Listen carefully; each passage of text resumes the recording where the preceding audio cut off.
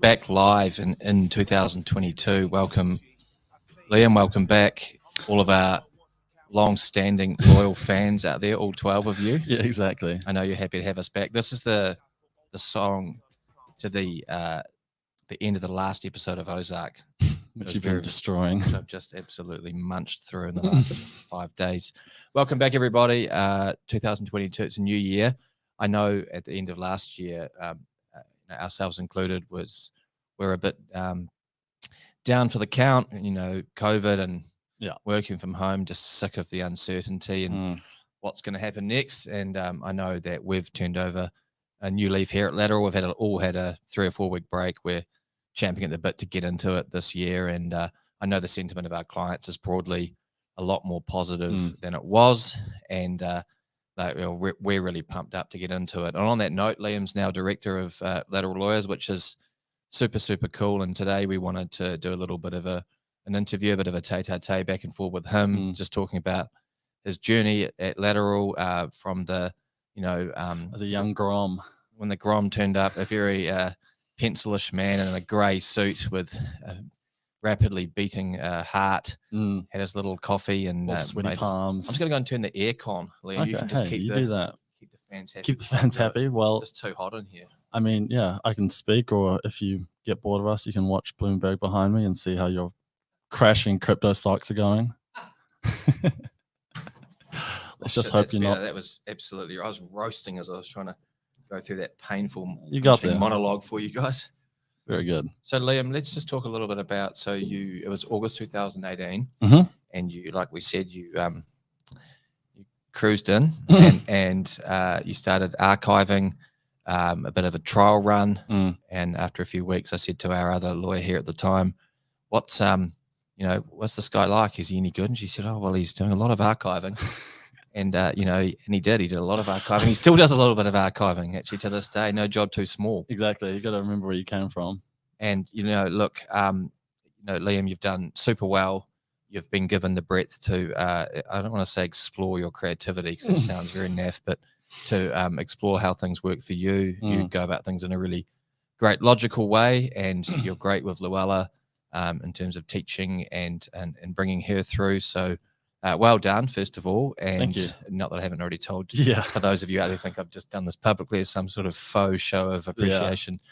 Not the case, but well done. And I just thought it would be quite useful for people out there, particularly maybe other young lawyers or people wanting to get into law, talking about your path, things, your trials and tribulations, what's worked, what hasn't. Yeah.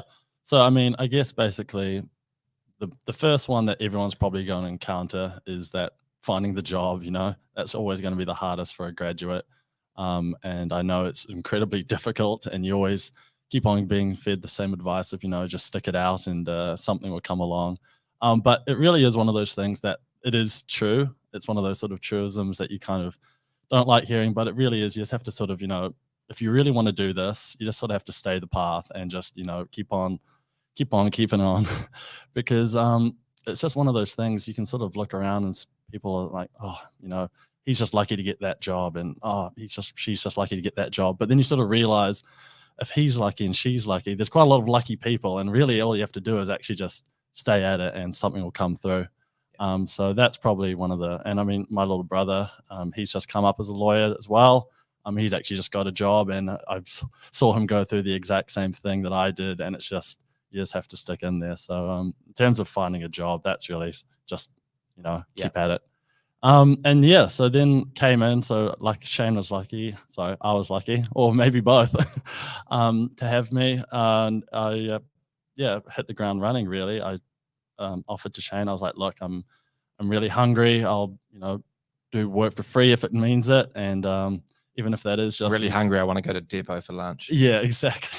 Well, that was the long-term goal, that's sort of my usual spot for lunch now. Not really, but I'd like to think it's a little lunch bar down the road called Jimmy's. Really good burgers if you want to try. $5, although he did, because of the supply chain problems, put up his, was it $6 now? Yeah, $5.80. So there's a bit of a crunch on the wallet. There's a crunch. So yeah, did some work with Shane. Again, that was a lot of things like archiving, but obviously he also exposed me to, obviously allowed me to shadow Rebecca, who was working here at the time, and she was really good. And we went through a lot of things like the rudimentary transactional work for like a lot of property, because it's just quite a thing. Although it seems easy for lawyers now, or who've done it for quite a while, it's still a very daunting thing to do for a young lawyer, because I mean, at the end of the day, it's actually being a lawyer versus going through university is the kind of apples and oranges in a way. I'd say a lot of university is almost gearing you up for becoming like a barrister or litigator in terms of researching cases and being able to spit back that law. But if you're doing something much more transactional like property, there is a bit of nuance and just a bit of procedural work that you don't actually really get exposed to in university. So, yep, I shadowed the lawyer here and just got exposed to it. Shane was kind enough to obviously not just keep me locked up in a shoebox archiving. And so, yeah, then I obviously archived well, or was just at least somewhat a palatable. You archived. At least somewhat of a palatable presence around the office, and he kindly extended the offer to stay on, which I happily took. And 3.5 years later, I'm still here and going up the ranks. And like in terms of developing, you've been one of those like, I don't want to say blessed, but you are blessed in the sense that you're very intelligent, you're able to figure things out for yourself, and you have a very logical way of going about things, which I don't always have.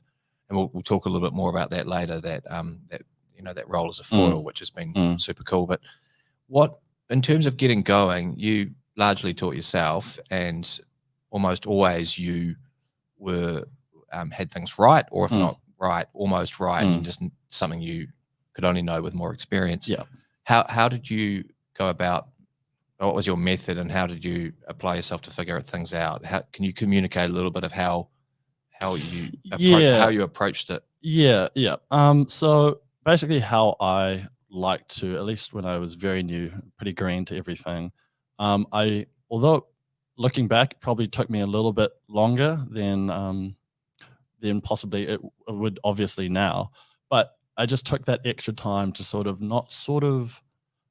find just the exact kind of way through this problem, but to sort of understand the area, or at least sort of the parameters of where I'm sort of working in. Yeah. Because that therefore sort of really lays the groundwork to then sort of be able to just bang it out and sort of variations on that. If you sort of just learn a kind of A-B pathway, it kind of puts blinkers on you. And so as soon as something starts throwing a different curveball, or there's a few sort of deviations, if you don't sort of have that solid sound foundation, it's a little bit daunting, because you're always sort of having to sort of, is this big or is this a small thing? Or so by sort of taking that time to sort of look at the lay of the land, so to speak, of the problem, or what I'm needing to do, understanding it in just in a macro sense, and then just sort of bringing it down to actually solve the problem.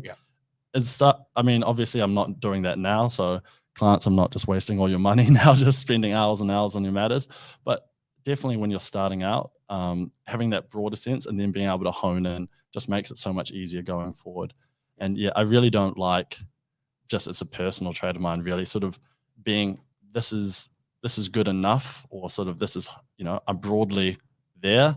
I'd much rather, and as I hope most people would be, this is exactly where I need to be. This is why it is. And even if I learn a few things that aren't necessarily like completely germane to the issue, it's stuff that you have on file in your brain to sort of say, oh, I remember this, or I remember that. So it's a lot handier. It reminds me of in the role that, in the relationship you and I have, is that Hunter S. Thompson talking about, he had a fact checker once, and Hunter S. Thompson used to wildly bend the truth, all the time. He had a fact checker who thought Hunter was pretty cool, and they got on the piss one time, and apparently like this guy got all the fucking facts completely wrong, and Hunter said to him, well, this is a fucking load of shit. And he said, well, you just make it all up anyway, so who really cares? And Hunter said to him, well, I needed to know what the facts were before decided, like a great musician with a guitar. You need to know the rules to break them. And so it's been really neat having you on board, because I'm not as methodical or go through it as thoroughly as someone like you does. So having someone that I know is going through that, because I think my skill is definitely more like, I was able to get to a solution for a reasonably complicated problem pretty quickly. Yeah. But then before you came along, I didn't necessarily have that sound body of working through, because often there will be a big issue for a client. Yeah. But a quick solution is great, but there may be other kinks that have come into it to a more or less, to greater or lesser degree, Yeah. render that solution either what's the word, suboptimal, or in some cases not a solution at all. So having someone who actually sits down. I remember sometimes when you first started, you'd go away, and I think, as all old lawyers do, think, and I'll class myself in that category now that I'm 40, is just go, fuck, what's he doing in there? And then you come back, and then you're like, hey mate, how you going on that? You'll be like, oh, I'll be in another hour. And just 3 hours later, I hear that bloody highlighter still clicking, which is just, I like to joke, the sound of me making money, but sometimes it's the sound of me going, fuck, where's my documents? No, but you're very methodical, and you go through things and you explore the parameters. And like you said, it's a trait of yours. It's that perfectionism, the same thing that, means that you sometimes take a whole orbit to place a road in Settlers of Catan Friday afternoon. It's the same reason you methodically go through everything. So for, people wanting to work in the space, young lawyers or grads, our advice to you would be, you're better off learning the parameters, taking more time for you as much as for your firm and for your firm. And sometimes just investing in environments that want to move things through really quickly can be fraught for juniors who actually have the approach of wanting to learn the full parameters for themselves, for their career, because there's too much work, too much volume coming through, and you don't have the blessing of an environment which allows you. And we were lucky in the sense that we were still growing a lot, and we've grown a lot in volume since you started. And there was scant work at times for you when you first started. So you were able to take that time, which was actually quite neat. Absolutely. Whereas if you're just pounded and you're trying to do everything and get it out the door, the dichotomy between those two approaches of learning and actually getting it out the door can be, night and day sometimes. So I think you were able to use that to your advantage, rather than just picking your nose. You're able to actually learn the parameters of what you were trying to work on. It's kind of like you were saying earlier, it is good to sort of find that person in your firm, whether it is the main principal, like it is with Shane, or just the person above you, sort of just establishing that sort of, Butch Cassidy and the Sundance Kid relationship where you're sort of partners in crime, because they will be more experienced. And it's sort of exactly how we work, whereas I might sort of go through sort of to the nth degree of finding out the real, legal position per se, exhausting all that. You have been having much more experience, and the partner or whoever is above you working much more experience, they're going to most likely have a much more sort of commercial savvy. Okay, that's good to know. But, practically, I've seen this done 1,000 times. It's not like we're obviously breaking the rules, but it's, look, this is sometimes actually just the easiest way to go about it. Sometimes you do need to break that rules, so to speak, a little bit, not necessarily the law, sometimes.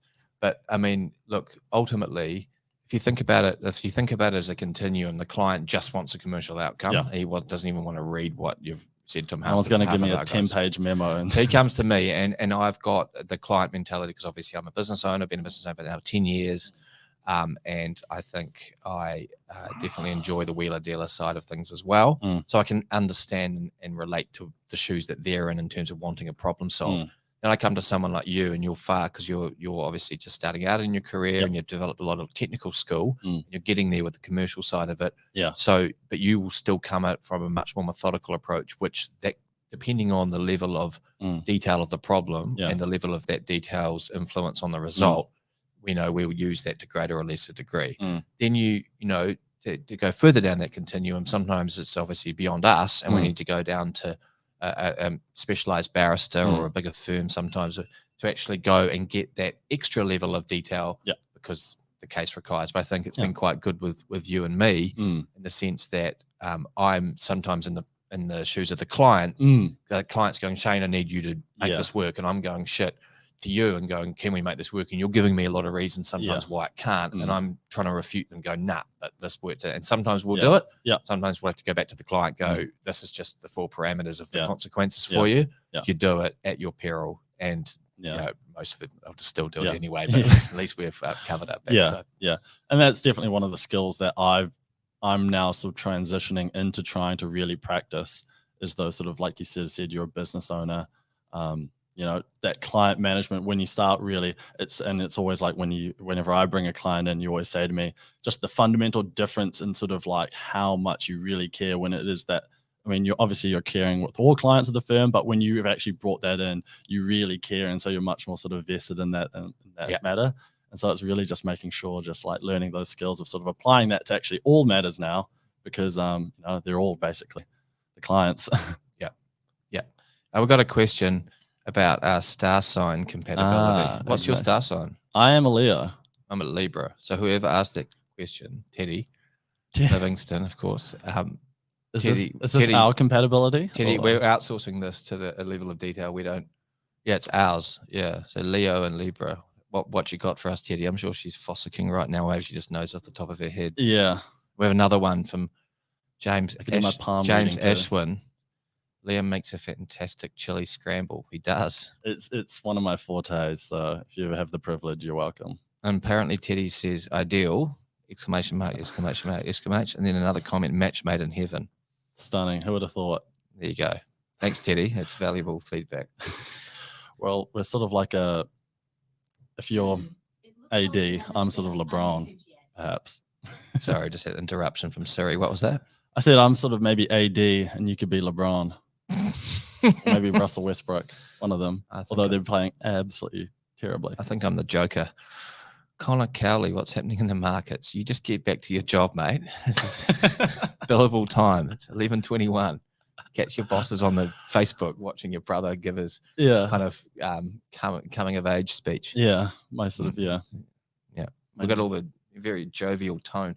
So, Liam, in terms of what's next for us, we're wanting to grow this business. We're wanting to take on another junior pretty shortly. Yes. And eyeing up one of the other offices here for Liam with a view of the Harbour Bridge, not too high yet, but that's all right. We got, before we go into that, from Tom Palmer, he's written his name in there. Went to uni together for a bit with you, Liam. Congrats on the news. Huge fan. Sounds like you're a rock star. Godspeed, etc. Yeah, etc. means. No, great guy. Great guy. Yeah, I remember him well. Yep. At the Chelsea Hotel. James Ashwin, not a good month to own a boatload of Shiba Inu coin. James, how is your Bitcoin rig operation going as well? I was reading on Bloomberg this morning that it's not the absolute free-falling price of Bitcoin could be inefficient for the holders of old rigs. So maybe while we keep especially going, those based out in Onehunga right now in a warehouse at 50 degrees, smoking out the rigs.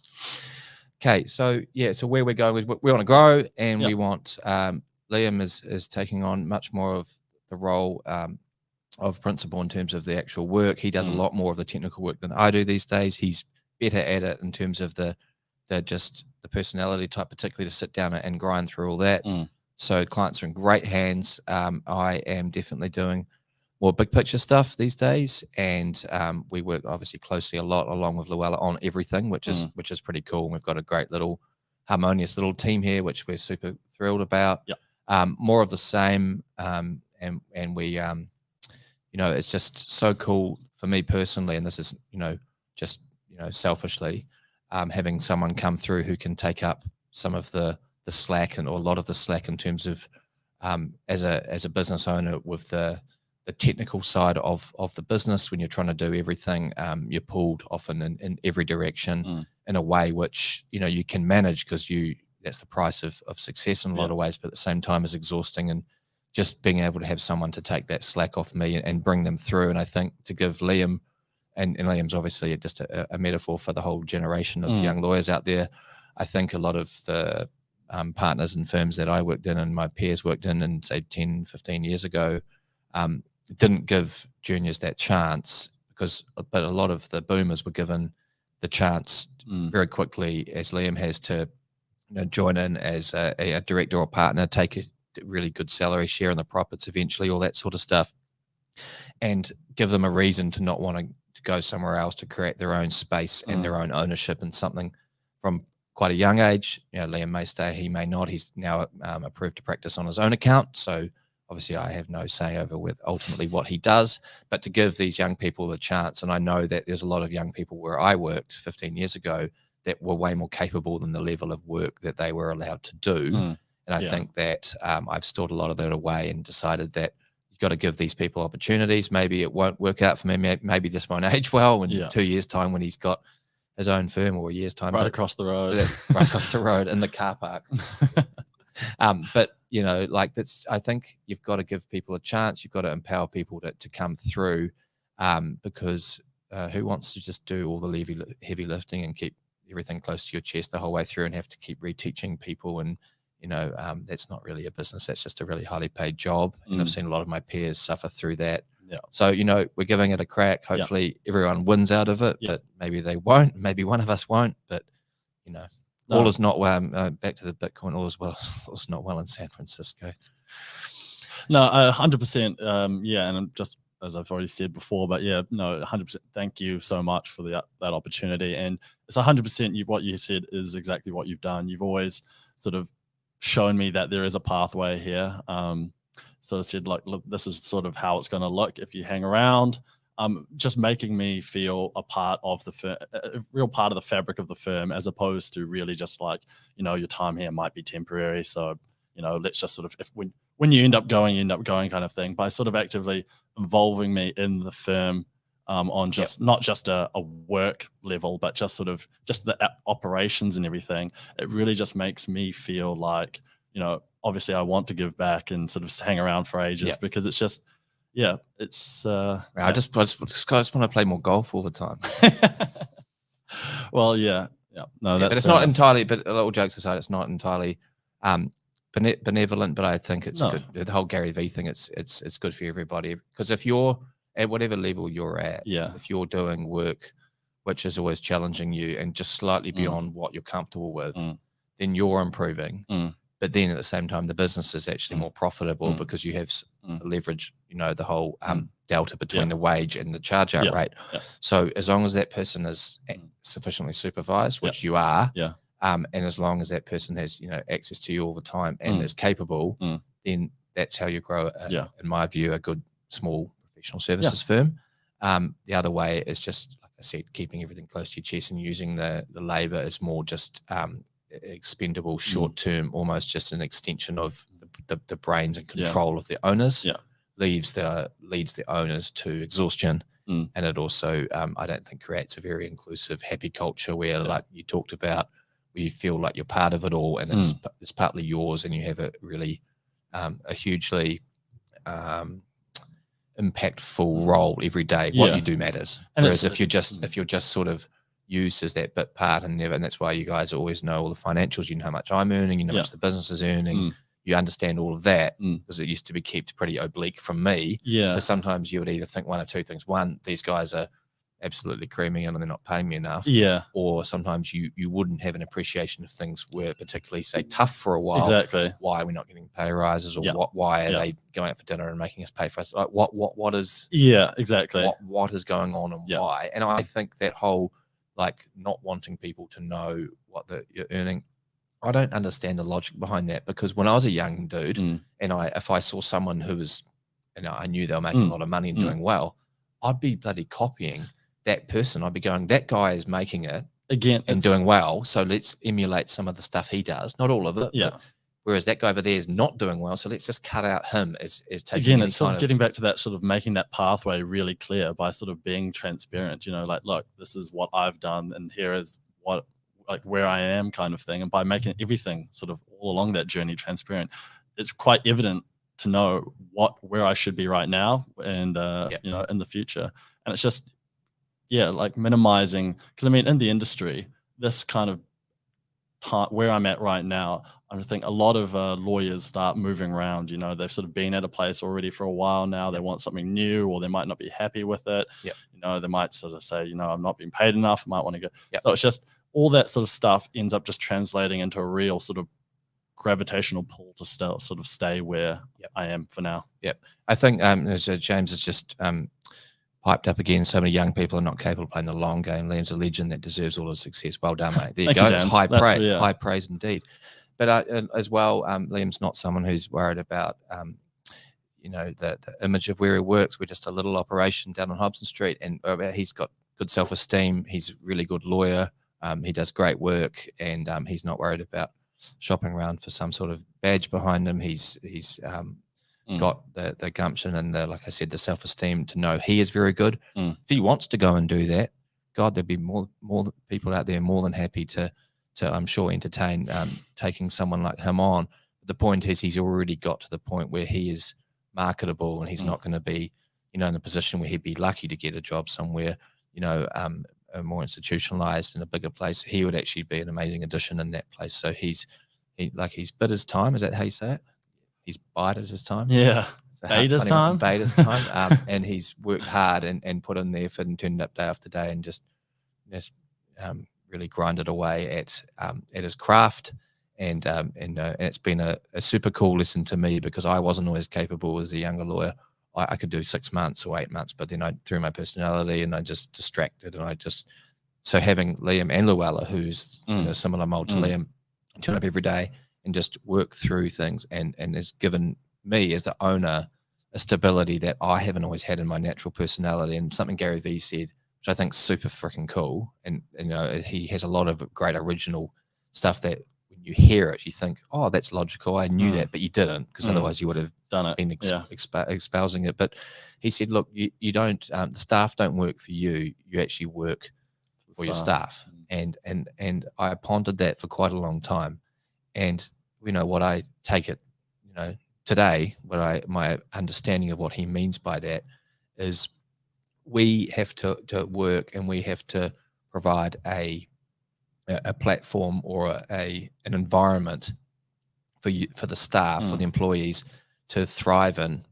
So they want to A, put their all in when they turn up, B, stick around, so you actually have continuity, and the huge effort has to go in to providing that for employees. And once you're able to do that, or the extent to which you're able to do that, will be your success in the long run, because the testament will be the longevity of that staff and their happiness levels in that environment. And that takes a lot of effort to actually create that. If you have the mentality that the staff work for you and that they owe you, they get their wage, but they get that anywhere. So you're not buying any kind of extra sort of currency with carrying any favor with your staff. All you're actually doing is creating a sense of entitlement that they can feel anyway, the staff. And we're all human, and we've all made mistakes.